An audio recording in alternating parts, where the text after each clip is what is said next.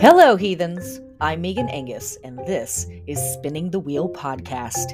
In this weekly audio ritual, we explore the 8 seasons of the Witch's Wheel of the Year, and we discover how it is so much more than 8 Sabbats. We weirding witches time travel through holy days, festivals, and celestial events connecting our celebrations and magic to the past, present, and future. Our cackling fills the night as we take our turn gathering the wool, wielding the distaff, and spinning the wheel.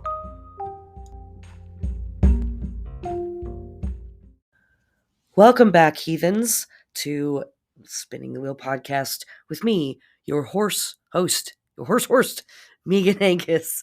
In case you are hearing something, yes, I am very congested. My voice is not at 100% level. I've been super duper sick the last couple of weeks. Maybe it was COVID. I tested several times and it all came back negative, but you know how it goes. So I have been recuperating. That's why we did not have a podcast last week. Apologies. And this week's podcast is going to be very, very short for 2 reasons. One, I don't want to strain my voice too much. And 2, because the reason why I don't want to strain my voice too much is because we have another Wheel of the Year class coming up. And much of what I would be talking about in this week's podcast, we're going to be discussing in this class. So let me talk about that first for just a second. Our upcoming class is Ostara, Spring Equinox. We've made it. We are finally here in the last days and the last hours of winter, and spring 2023 is right around the corner. And so our holy days and a lot of that type of stuff we're going to be talking about in the class. The class is going to be a live stream on my YouTube channel. This is free for all beings to attend. If you have a YouTube account, you can join us in chat and heckle me or ask questions or, put questionable emojis, what have you. And again, this is free for everybody. Thanks to the incredible support from my patrons, which is pretty goddamn cool. So yeah, going to keep it short this week. What we are going to talk about is just the astrology of this week because, as I said 2 weeks ago, what is time? Thinking back now. Side note, tangent. Here we go. We're only 2 minutes in, already a tangent. I was listening to the last podcast that I did, and I was like, what is time? I realize now I was already starting to get sick then, and I didn't realize it. And that was part of why I was so damn out of it. But anyways, the upcoming class is Wednesday, March 15th, 7 p.m. Pacific Standard Time, 10 p.m. Eastern, later in the day / the next day for everybody else around the planet, as we like to say here on the podcast. On my YouTube channel, just search Megan Angus Ostara, and hopefully it comes up. Hopefully the algorithms are with me.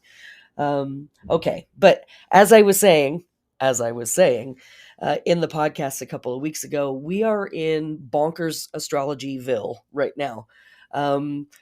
January was relatively well behaved. February was relatively well behaved when it came to the astrology. And now we have entered Mars, or excuse me, now we have entered March. Mars, same thing, right? We learned that. Same thing.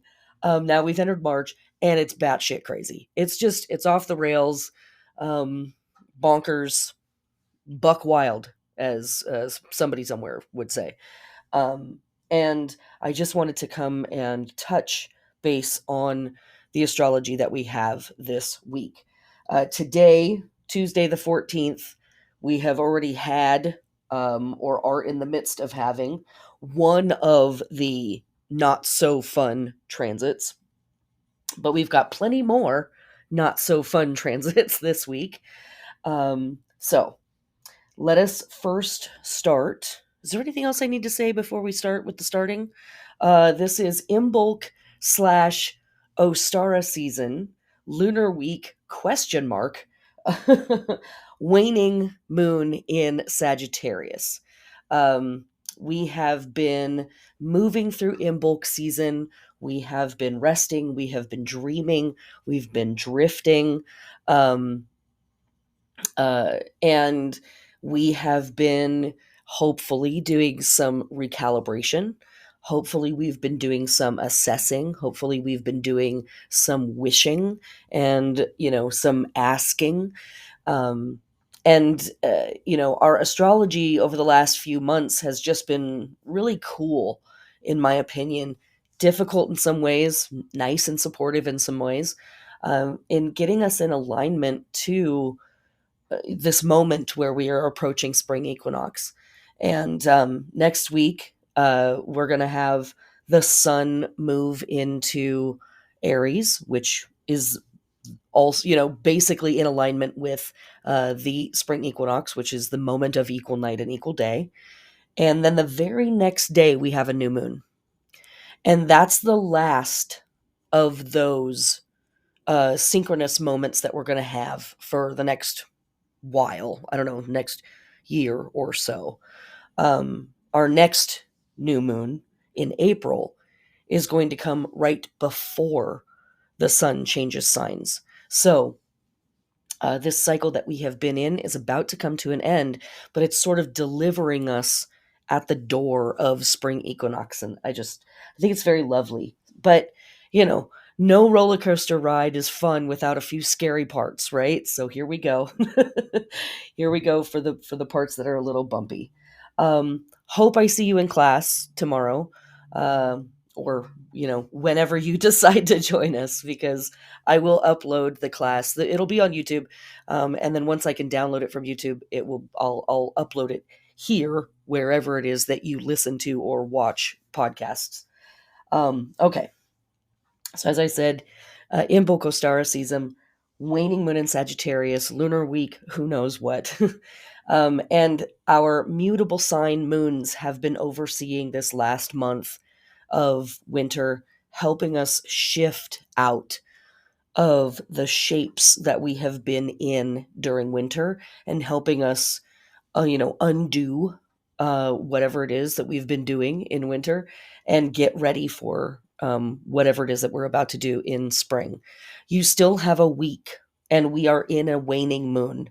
And so you still have a whole week to go of this energy. If there's still some wintertime work that you need to get done, some magic, some meditation, some journaling work around the issues of winter time and Imbolc season, you still have a whole 7 days to work on that stuff before the sun switches up the pattern and moves on to the next thing. So get yourself in alignment in whatever ways feel right for you. Okay, so this week we are starting with this waning moon in Sagittarius. And we've talked about what we're doing with our half moons. The moon and sun are square to each other, so this is a point of friction and adjustment. And when it comes to the waning half, it's about looking back over the process and thinking to ourselves, okay, cool. What worked and what didn't work? What needs to go? And when it's, what didn't work, that's pretty straightforward conversation. This didn't work. Let me let it go and make some room for something new. And we'll try that. But also sometimes the waning the waning half moon is asking us to look at things that did work, that maybe if we let them go, we can make room for something that might work even better, or might just be altogether different to help us grow in a different direction or experiment in a different direction. And spring is absolutely a time of experimentation. I don't want to talk too much about the vibes and energies of spring because we're going to talk about it tomorrow in the class. But these mutable signs that have overseen our moons for the last month are really here to help us adapt and let go, to shape shift, to assess, to appraise, to adjust, to allow new information in that helps us change the plan, and also to let go of old information where it's time to let a thing sort of run its course and ultimately run out. And when we're dealing with this waning half moon in Sagittarius, It's about our beliefs. Sagittarius, in the best of circumstances, is enlightened and inspiring. In the best of circumstances, Sagittarius is the place where we learn how to carry our spark in the world in a way that is going to inflame other people. And the thing is, we can do that in a lot of different ways. And in the best of ways, you are a community leader, or maybe it's not a public role, but it's something that your friends and family know that you're the person that's going to come in and inspire. You're the person that's going to come in and get people fired up. But when Sagittarius is not acting right, when Sagittarius energy is weird, it's dogmatic and it's fanatical. And so it's also, the pastor that comes in and tells their parishioners that queer people are sinners, right? Or an aberration in the eyes of God. Um, and so this energy can be used and utilized in a lot of different ways. And in the waning half moon of Sagittarius, our work is to look at our own dogma and our own deeply held beliefs that we just think are sort of unassailable truths about ourselves or unassailable truths about the world, and try to think about a world where our truths wouldn't matter as a means of putting ourselves in the feet of those people who are trying to live their truth and they are being dismissed by society. Imagine the example that Raven Caldera gives is, imagine that you are a monogamous person and you live in a world where monogamy is the aberration, where everybody is polyamorous. How would you feel, right? Like, what would it be to live in a world like that? Um, and and what if somebody came to you and said, no, that's not true. You're making that up. No one is monogamous. That's not a thing. And this is a fact that trans people face every day, that queer people face every day, that people of color also face every single day, where people say to them, there's no such thing as systemic racism. And I'm assuming that if you're one of my listeners on a regular basis, you probably fall on the more leftist side, the more accepting, the more open-minded side of this, the more, humanistic, uh, soul celebration, right, side of this. We're like, nah, we're witches, we're pagans, we're heathens, we're celebrating diversity, right? So it's difficult for us. But you have hard held beliefs too, and this is a moon that just gives you an opportunity to question those things or really think about them and think what it would be like to live in a world where you were told day in and day out, your way of life, your way of looking at things is wrong, it's aberrant, it's disgusting. And yet it's totally your truth and it's authentically your truth. That's the work that this moon is asking from us. And and I think that can be really difficult to question ourselves in that way, um, because it can feel really threatening sometimes to question ourselves in that way. Um, but I think it's really important, not only from the perspective of, oh, let me build some sympathy or some empathy for people who are, you know, outcast in that way every day in our society, but also, do I need to check some of my hard held beliefs about things? Do I need to kind of like question myself a little bit around this and see if I need to maybe evolve past some of these things that I absolutely know for certain are the truth, right? Dogma, fanaticism. That's the funky side of Sagittarius. Okay. Um, that's all I'm going to say about it. I'm not going to talk about the aspects of this moon or anything like that because, again, I got to save my voice. I'm sorry. But we'll get at it. We'll get at it. Next week's podcast will be great, I swear.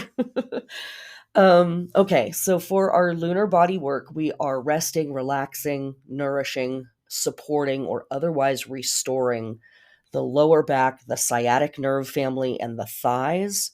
These are the parts of the body ruled by Sagittarius. As I say every single week, I am not a doctor of the human corpus. I am a doctor of, I don't know, whatever's bubbling up from the bottom of the cauldron right now. That seems to be the thing that I'm in charge of. So check in with your trusted human health advisor to see if any of this information is appropriate for you to work with. And also, as I say every week, you can always think about where is the metaphor in that. Is there something getting on your nerves, right? Is there something that you're carrying on your back that maybe needs to be questioned and examined and potentially put down? And then for our plant body work, we are doing harvesting, pest control, disease control, plowing, weeding, pruning for below ground growth. And because we are approaching spring, I'm going to put extra emphasis on pest control and disease control because we are in the midst of big temperature and humidity changes. So you may have had some insects or some pests that were dormant on your plants that now that we're getting some more sun and some more heat are suddenly coming to life. Check your house plants for that. But also doing any kind of weeding or plowing, quote unquote, so aerating the soil or anything along those lines to prepare the soil for whatever it is that we might be growing coming this spring. And again, you can work with the metaphor here too, right? It doesn't have to be literal plants that we're working with. Okay, so what else is going on Tuesday the 14th? Well, we have Mars in Gemini square Neptune in Pisces at 25 degrees. And how does this play out? It's exhausting. It's demoralizing. The vibes are funky. The vibes are definitely not immaculate, but quite gnarly instead. Mars, wants to fight about it, wants to argue about it, wants to get offensive and defensive, wants to have a reason to blow up, wants to get irritated. Mars is impatient and, wants to rush through the thing and rush to, jumping to conclusions and things like that. And Neptune is foggy and nebulous and vague and can be deceptive, sometimes on purpose and sometimes just because it's so confused it doesn't know what it's saying. Neptune wants to get lost in the fantasy, it wants to drift forever. And so these two planets really are fairly opposite from each other. Mars is go, go, go, and I'm super mad about it. Neptune is like, I'll be a victim, no problem. But also I'm going to get lost in the fog for the next 3 days. So the combination of these two can feel, as I said, demoralizing, exhausting. You might have body stuff come up. When we are having funky Pisces transits and funky Neptune transits, we can disassociate from the body and forget the body's needs. So drink some water. Drink some water with me right now. Isn't that lovely? Drink some water, have a snack, take it easy, go slow. When we're having funky Mars transits, I'm always going to encourage you, slow down, look at where you're going, slow down in traffic, watch your step, make sure your shoes are tied, all of that kind of stuff. Not a great day for signing contracts. Not a great day to ask for favors or to be giving favors to other people because things are too nebulous and they're too weird, and Mars is very ego oriented. And just, I know a lot of astrologers in their advice for this week has been, if you don't have to do it this week, put it off till next week. And I would agree with that. If you don't have to do it this week, put it off till next week. That's great advice, especially because we're about to have the sun move into Aries and then a new moon right after that. So we're about to have a really beautiful kickstart to the new cycle. But that's not how life works for everybody all the time. And there are assuredly going to be some things that you cannot put off until next week, like me doing this podcast and me teaching this class tomorrow. there's stuff that it's got to get done when it's got to get done, right? That's just the way it is. So wherever you can, slow down, take a breath, drink some water, drink a little bit more water, moisturize. If you need to like step out and have a good cry about it, if you need to, you know, go yell at a tree for a minute or whatever, like, you know how to take care of yourself when you're feeling like having a tantrum. You know how to take care of yourself when you're feeling like you might be having a breakdown. Um, Everybody's going to be feeling tender and on edge this whole week with our various astro transits, and we don't need astrology really, because the state of the world is pretty wild right now and there's a lot of bullshit going on. So again, take some deep breaths, slow down, take your time, tell people that you love them, hear people when they say it to you, and just do what you need to do to take care of yourself. And there's a couple of other transits that I'm going to say this for, but I'm just going to kind of say this for the whole week. If you're in a place, if you're in public somewhere and something feels off, leave, walk away. If somebody cuts you off in traffic, let them. This is one of those types of weeks where people can pop off, and things can escalate very rapidly. And there's no reason at all to put yourself in the line of danger. Um, it's already pretty wild out here. So that's what's up. And that's pretty much everything for Tuesday the 14th. So then we're going to move on to Wednesday the 15th. The moon is moving into Capricorn. I'm not going to talk about that. Our other astro transit for this day is the sun in Pisces conjunct Neptune at 25 degrees. So, yes, is the sun square to Mars? It is. It'll be exact on the 16th. We'll talk about that in just a second. But if the bummer vibes weren't coming through on Tuesday the 14th, they're definitely going to start to come through on Wednesday the 15th. The sun conjunct Neptune is even more confusing, more nebulous. Pisces and Neptune both can have victimhood, they can have martyrdom threaded through their stuff. There's, the oppression of the outcast kind of vibes here. And again, there's this nebulousness and there's this confusion and vagueness and fogginess that comes with Neptune. If we were having a multitude of other positive transits, I would have more positive things to say about Sun conjunct Neptune. It's not all bad. It doesn't only represent negative experiences. The Sun conjunct Neptune can be very dreamy, extremely romantic, very, very spiritual. It can be.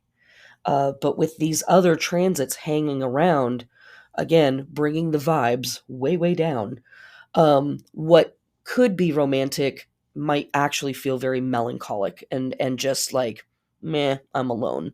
Meh, I'm sad. Meh, I wish I had this kind of love or that kind of relationship, or I wish this was different in my relationship, etc., etc. It might come through like that. What could be fantastical and imaginative might just be escapist behaviors and escapist daydreaming. And again, I'm never one to say don't daydream. I'm always one that's like, hey, you need a little mental vacation. That's totally fine. But in this week, it's not so fine. It's not so great. So, and another element that can come through with that vagueness and confusion and stuff is paranoia. Also, with Mars being in the mix in a gnarly way, paranoia. Um, so again, not to sound paranoid, but if the vibes feel off, walk away. Leave the gig, leave the show, buy your groceries and walk away. Whatever needs to happen, stay safe. Okay. So that's Wednesday the 15th. Then we move into Thursday the 16th, and we have multiple transits on one day. It's a lot. My notes are literally, good Lord, a lot. We have at 10 o'clock in the morning, Mercury in Pisces conjunct Neptune at 25 degrees. At 11 o'clock a.m., we have the Sun in Pisces square Mars in Gemini at 25 degrees. At 12:58 p.m., we have Venus in Aries square Pluto in Capricorn at 29 degrees. Just a couple of hours later at 3:30, Venus scooches into Taurus, and then at 9:48 p.m. at night, we have Mercury in Pisces square Mars in Gemini at 26 degrees. You know what? When I saw this, I like literally looked at the sky and I was like, you know what? You need to dial it back. It's like, it's a lot. It's actually a lot. And you need to calm down. What is the cumulative effect of this? It's it's confusing. It's overwhelming. Um, it's, everything feels like it's moving too fast with all of that Mars energy in there, right? I was saying Mars is super impatient and wants to like just hurry up and get through the thing. So even more so what I was talking about on the 14th and the 15th with, slowing down in traffic, slow down and look where you're walking, make sure your shoes are tied, make sure that you're being as safe as you can with those types of things like your physical activity, even more so on this day. This is just like one funky transit after another, after another, after another. Sucks that we're having them all in the same day. Kind of great because, like, cool, let me get all of this out of the way. Let me just get this done as fast as possible. But then, in the midst of all of that stuff, Venus square Pluto, bummer vibes, big time. As much as, the Sun conjunct Neptune and Mars square Neptune can really bring us down in a spiritual way, and there should be that romantic element, but it might be feeling really melancholy. Venus square Pluto ramps that up by 100-fold, or at least 10 times. Maybe I'm exaggerating a little there, but if you are feeling lonely, if you are feeling depressed, if you are feeling those bummer vibes, it might really feel magnified on this day. And so this is a fantastic day for making sure that you've got an appointment with your therapist, or your person that you talk to. Reach out to friends and loved ones if you are feeling lonely, if you are feeling like you need emotional support. Don't dump on people. But use your guides and use your resources. This is a day for those resources. This is the kind of day that those resources are for. Um, and reach out and ask for help. Reach out and say, I don't feel good and I need to be around some people. Can we watch a movie together tonight? Something, right? Let your people know that you need that support and let them support you too. Both things. These types of transits for some of us will manifest as really alienating ourselves and kind of wallowing in our bummer vibes, in our depression or sadness, or however that's manifesting for us. And we know that there are people that are out there that could help us, and we won't ask for the help to magnify the funkiness. And that's the inclination here. I don't know if you can feel it or hear it, but my voice is really starting to go. So we're going to go through this quickly. But what I would say is stay away from substances. This is not a good day for substance use. Um, if you can put it off until next week, do whatever it is. Um, lean on your people, use your support systems, take care of yourself. You might even like go grocery shopping a day early and make sure that you've got the resources in your house so that you can just stay home, watch some old reruns, have a frozen pizza for dinner, and just keep it very chill. Wear your onesie around the house, take a nice bath, and just keep it nice and chill. And with all those Mars transits, watch your words. With all of the Neptune transits and things being very confusing and vague, watch your words. If it doesn't have to be said, don't say it. somebody is popping off and saying some stupid shit, check with yourself first and ask, do I need to be the person that corrects this situation right now in this moment? Does it have to happen right now? And does it have to be me? The answer might be yes. The answer might be yes. But if the answer can be no, this is a good time for the answer to be no. Okay, the only other thing that I want to say, I kind of want to bring it back around to pointing out that right after Venus has its not so great encounter with Pluto, it does move into Taurus. And Venus is exceptionally happy to be in Taurus. That's one of its home signs. So Venus is feeling very, very empowered. Now, I want to talk about this two different ways because generally speaking, that's a good transit. In this moment, with all of the other funky transits that are happening at the same time, Venus might lean into some of its less healthy behaviors. So when Venus is not acting right, we might be eating foods that are super unhealthy for us. We might be spending money that we can't afford to spend. Um, we might be wanting to go from opulence into indulgence, basically, as a means of coping, as a means of mediating what feels bad, because Venus is like, I want it to feel good all the time. I want it to taste good all the time, smell good all the time, and I don't care what has to happen for it to be nice. God damn it. And so in the midst of all of this gnarly BS that's going on in the sky, Venus might be, I don't care. We're spending $150 on takeout because and we can't actually afford that. So wherever you can indulge as a means of kind of, dealing with this a little bit, do so. But again, watch out for substance use, and you know what that means for you. Um, and just be aware, just be present with yourself, and recognize, in this moment, am I doing something to alleviate the pain or alleviate the discomfort that's actually going to make life even harder a couple of days from now or weeks from now or months from now? And can I just sit here and take care of myself in a way that's, boring and maybe isn't my favorite way, but is still effective? That ultimately, Venus in Taurus is lovely. And we're going to have some good times with Venus hanging out in Taurus coming up soon, just on this particular day. Not so great. Okay.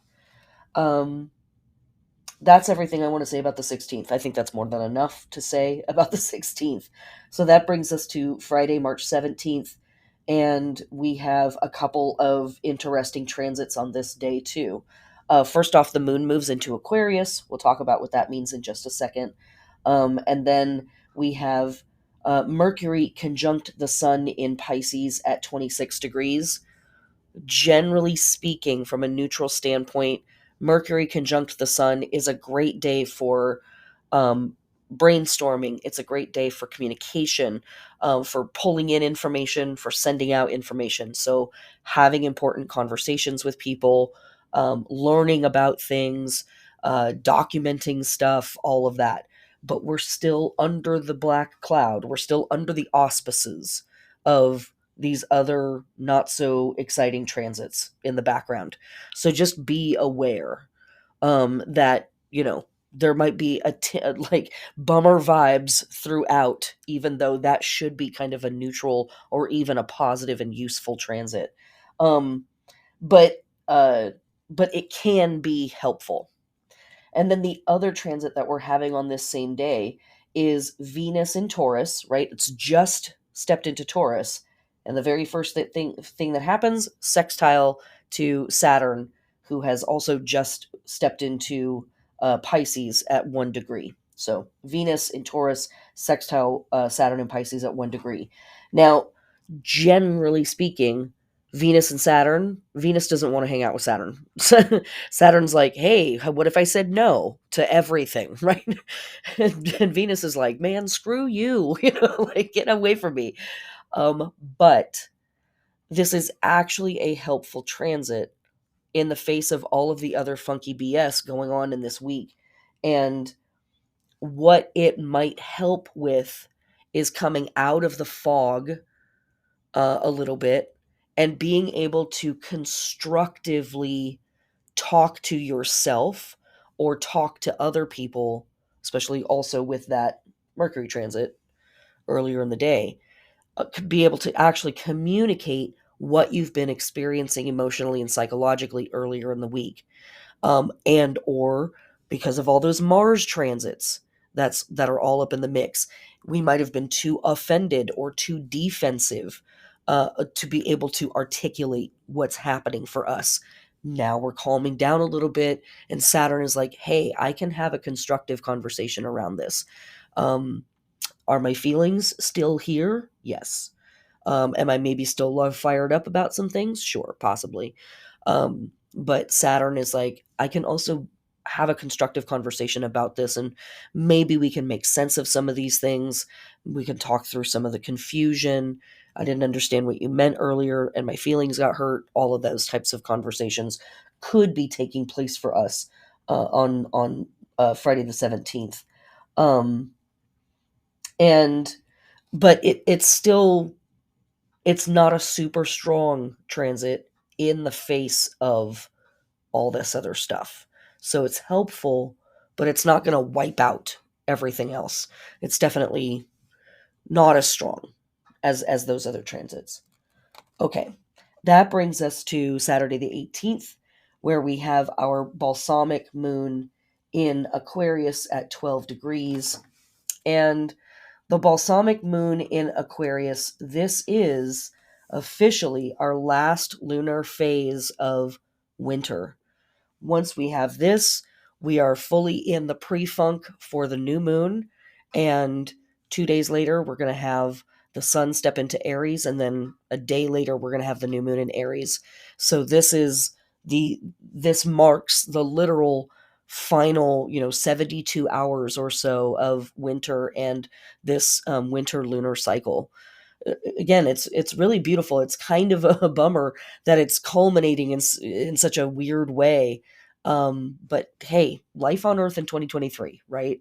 That's kind of what's up. So what are we doing with the balsamic moon? The balsamic moon is the last lunar phase of the lunar cycle before we have a new moon. The moon is waning. It's very small at this point. And I love that it's called the balsamic moon because it makes me think of vinegar and it makes me think about distillation. And that's exactly what we have the chance to do with this moon is to distill down all of the experiences that we've had in this lunar cycle. But I think we could distill down our Imbolc season experiences, and we could even distill down our winter experiences in this last lunar phase and really think about what have we experienced, what have we learned, what have we gained, what have we lost, and what is the distillation of that stuff. What is the gem? What's the philosopher's stone that we've sort of been able to cook out of all of those things, and concentrate all of those things down into this very potent stuff. Um, the idea of distillation, the idea of vinegar, right? It's bitter, but it's really good for you. It's absolutely a substance that we need for our digestive process and for our health. Um, Vinegar is one of the most amazing cleaners, right? And it can remove oils and fats in a way that a lot of other cleaners can't. So there's something really potent, really powerful about vinegar and that process distilled. And where does the vinegar come from? It comes from the fruit that ripened, that grew on the vine, that was once a bud, that was once just a little sprout at the last new moon. So this is the culminating of all of those efforts. Your journaling, your thinking, your processing.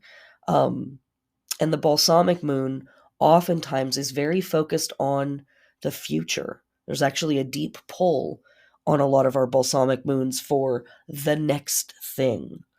And sometimes we can name it and sometimes we can't. But when we have the balsamic moon in Aquarius, it's even more future oriented. It's even more focused on, what could we be doing? And so this is a beautiful moon for looking to the future and thinking about what could be. And again, what perfect timing as we head into spring, and head into whatever it is that's in front of us in this next solar cycle. Um, you might read some science fiction, but I would, as Raven Caldera suggests, stay away from apocalyptic visions of the future, whether it's movies or it's books or graphic novels or whatever it is. Stay away from futurists that think everything's going to shit, and work with futurists that think everything's going to shit, but there's hope. It could get better. Here's what we might do about those things. Those would be the places where I would go with this. Um, when we are working with our waning moon in Aquarius, for our lunar body work, we are resting, relaxing, supporting, nourishing, or otherwise restoring the legs, especially the knees and ankles. These are the parts of the body ruled by Aquarius. And for our plant body work, we are same as Sagittarius, harvesting, pest control, disease control, plowing, weeding, for below ground growth. Okay, what else is happening on this day? We have Mercury in Pisces, sextile Pluto in Capricorn at 29 degrees. This is Mercury's um, last comment with Pluto. Um, this is going to add to the helpful transits from the day before. This further enhances effective communication. This further enhances clearer thinking, and opportunities to talk about things that are deep, that are intense, but in a measured way, in a more positive way, or at least a more neutral way. And so, again, those places where we might have had confusion or we might have had sorrow earlier in the week, we're now able to put some words to that, convey those things to other people, or even be able to talk to ourselves about what it was that we were experiencing from, like I said, at least a more neutral space, if not a more positive space. And then an hour later, literally an hour later, Mercury is going to go boop right into Aries. And this is better. Mercury's going to step out of Pisces. Remember, I was saying a couple of weeks ago, Mercury moving through Pisces is kind of has some elements of a Mercury retrograde because it's so nebulous and vague. Mercury in Aries is much more determined. It's driven. It's like, let's talk about it. Let's think about it. Let's go to the new piece of information. Let's go to the new idea. Let's do this. Um, let's make friends. Let's talk about it. Let's make stuff happen. So Mercury feels more empowered as it's moving through Aries. Sunday the 19th, the moon moves into Pisces. And that's pretty much the only thing on Sunday the 19th. So that brings us to Monday the 20th. And on Monday the 20th, we have three big transits, bigger transits, anyways. First off, early in the morning, we have Venus in Taurus conjunct the North Node at 4 degrees. And we've already talked about Venus being in Taurus is like, hell yes, this is exactly where I'm supposed to be. Let's fucking do this. And conjunct the North Node really brings in a zeal for life and vitality. Um, Sensual delights are absolutely at the forefront of our concerns. Let's feel good. Let's taste good. Let's smell good. Let's look good. All of that stuff. As I said for earlier in the week, with all of the, lingering funky vibes, they are, further off by this point, but still, we may have a tendency to want to overdo it, overindulge in one way or another, because that's Venus's coping mechanism. So just watch yourself on that. It's like, I feel great. Like, don't go ham just yet. Save the ham for Easter, which we will talk about in the Ostara class. But, watch your desires. Make sure that you are still in control of yourself. But generally speaking, this does feel better. It feels richer. It feels more opulent. It feels more luscious and yummy. And so I would definitely recommend dress cute on this day. Put on one of your, if you wear perfume or cologne or essential oils, absolutely indulge and put some of that on. Um, Buy flowers for yourself on this day and bring them in the house. All of that, like enjoy that, look at art on this day, all of that kind of stuff. Very, very healing. Later in the day, we have the sun in Pisces, sextile Pluto in Capricorn at 29 degrees. And after all of that stuff happening earlier in the week, this actually feels quite empowering. And there's an opportunity now, if damage was done earlier last week or this week, you know what I'm saying. If there's been some damage done, if there was some nasty arguments, this is a great day for repair. And again, because it's Pluto, we can have some pretty deep conversations. We can go to some places that feel emotionally vulnerable or, psychologically tense.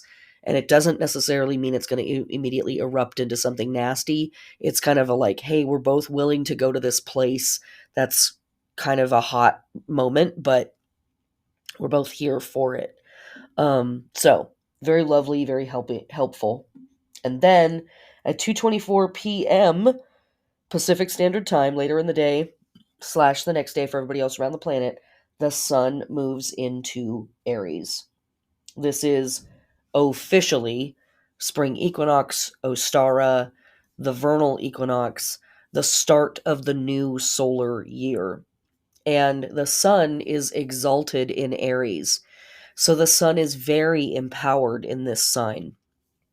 And it really, this whole week kind of has a almost like walking through the valley of the shadow, moment, and then coming out the other end into the light.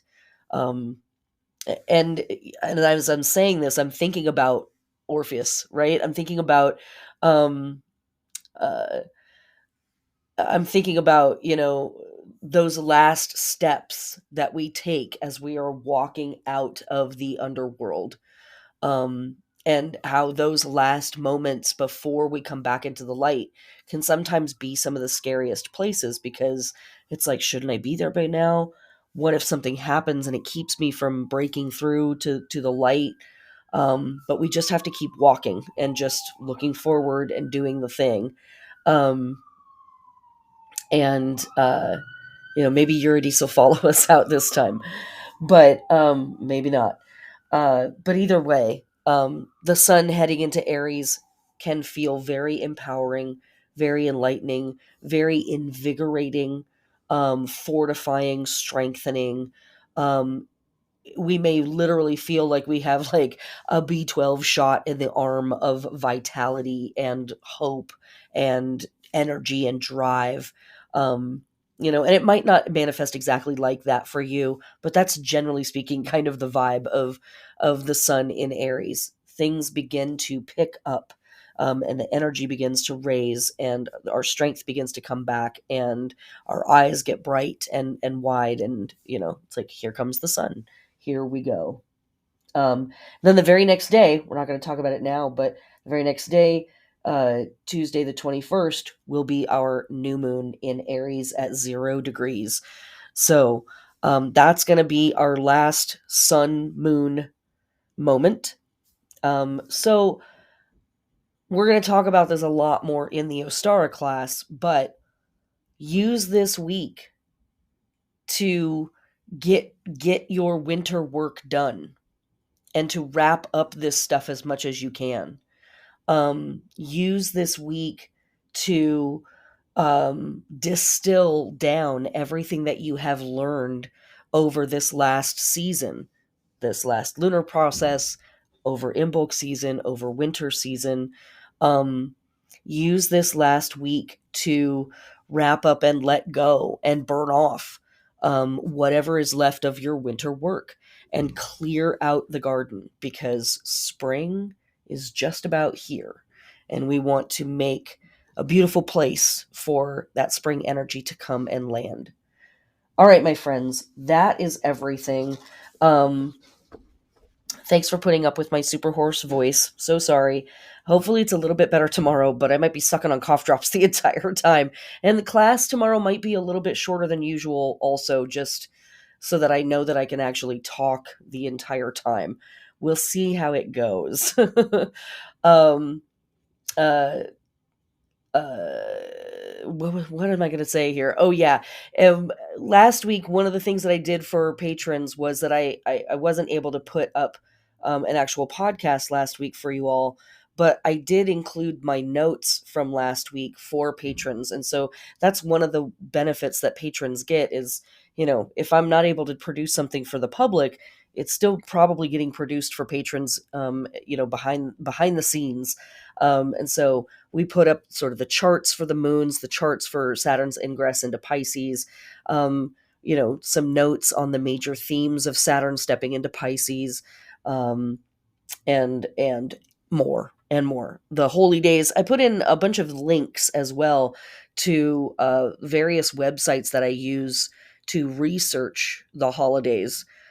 Just about every holiday that I listed for last week had a link to a website for more information, as well as links for the fixed stars. So if that is something that is of interest to you and you love this podcast and you want to support it, join my Patreon. Patronage starts at $1 and goes up from there. All right, that's it. That's the whole pitch. And thanks for listening. And I'll see you tomorrow in class, which blessed be.